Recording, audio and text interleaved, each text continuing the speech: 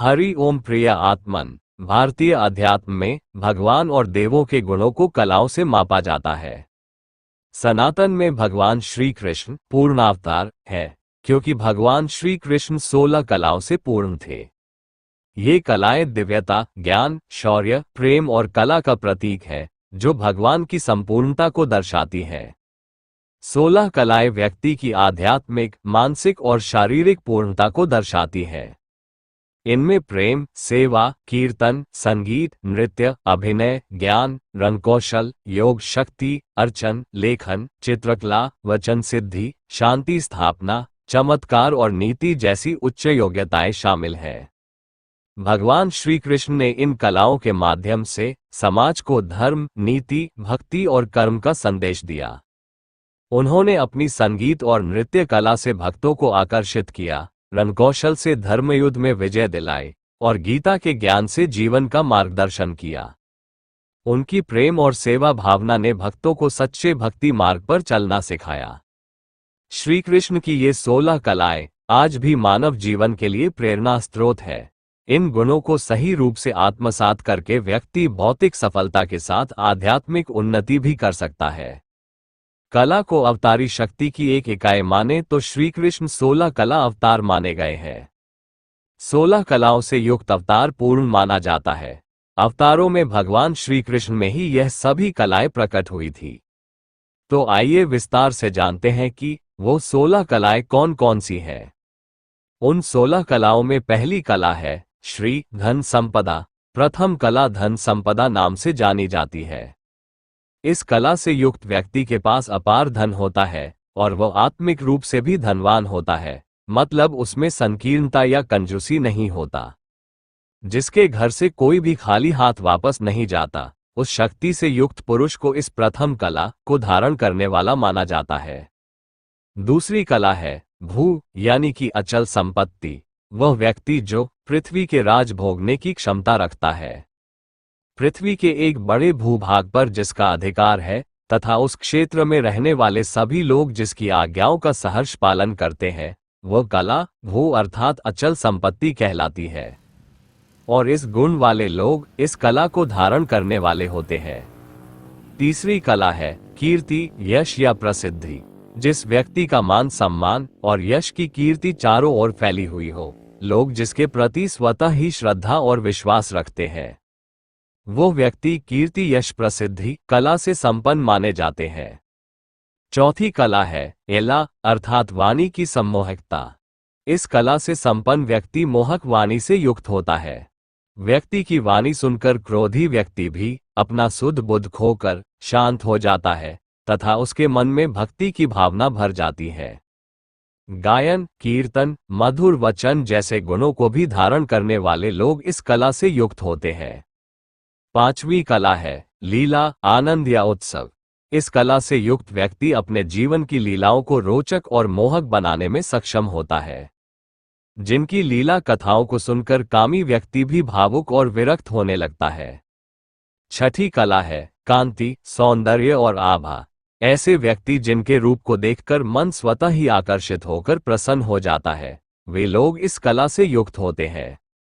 जिसके मुखमंडल को देखकर बार बार छवि निहारने का मन करता है, ऐसे लोग कांति, सौंदर्य और आभा कला से संपन्न होते हैं। सातवीं कला है विद्या, मेधा, बुद्धि। सभी प्रकार की विद्याओं में निपुण व्यक्ति, जैसे वेद, वेदांग के साथ युद्ध और संगीत कला इत्यादि में पारंगत व्यक्ति इस कला के अंतर्गत आते हैं। आठवीं कला है विमला पारदर्शिता। जिसके मन में किसी प्रकार का छल कपट नहीं होता, वह विमला पारदर्शिता कला से युक्त होता है। इनके लिए सभी एक समान होते हैं। ऐसे व्यक्ति के लिए न तो कोई बड़ा है और न ही कोई छोटा। इस कला से युक्त व्यक्ति निर्मल मन वाले होते हैं तथा उनके व्यवहार में कुछ भी छिपा नहीं रहता। नौवीं कला है उत्कर्षिणी, प्रेरणा और नियोजन। युद्ध तथा सामान्य जीवन में जो प्रेरणादायक तथा योजनाबद्ध तरीके से कार्य करता है, वो इस कला से निपुण होता है। इस कला से संपन्न व्यक्ति हर स्थिति में शांत रहकर परिस्थितियों को नियोजित कर लेते हैं। ऐसे व्यक्ति में इतनी शक्ति व्याप्त होती है कि लोग उनकी बातों से प्रेरणा लेकर लक्ष्य भेदन कर सके। 10वीं कला है ज्ञान निरक्षीर विवेक। अपने विवेक का परिचय देते हुए समाज को नई दिशा प्रदान करने वाले गुण से युक्त। निरक्षीर विवेक मतलब अच्छे बुरे का सही निर्णय लेने की क्षमता वाले व्यक्ति इस कला से संपन्न होते हैं। ऐसे व्यक्ति सत्य और असत्य को भलीभांति जानकर उनमें भेद करना जानते हैं। 11वीं कला है क्रिया कर्मण्यता, जिनकी इच्छा मात्र से संसार का हर कार्य हो सकता है तथा व्यक्ति सामान्य मनुष्य की तरह कर्म करता है और लोगों को कर्म की प्रेरणा देता है। सब कुछ करने वाला होने के बावजूद भी उन कर्मों में लिप्त नहीं होता और न ही उसमें बंधता है। 12वीं कला है योग चित्तलय, जिनका मन केंद्रित है, जिन्होंने अपने मन को आत्मा में लीन कर लिया है, वह योग चित्तलय कला से संपन्न होते हैं। ऐसा व्यक्ति मृत व्यक्ति को भी पुनर्जीवित करने की क्षमता रखते हैं। 13वीं कला है प्रहवी अत्यंतिक विनय। इसका अर्थ विनय है मनुष्य जगत का स्वामी ही क्यों ना हो, उसमें कर्ता का अहंकार नहीं होता है। 14वीं कला है सत्य यथार्थ। व्यक्ति कटु सत्य बोलने से भी परहेज नहीं रखता और धर्म की रक्षा के लिए सत्य को परिभाषित करना भी जानता है।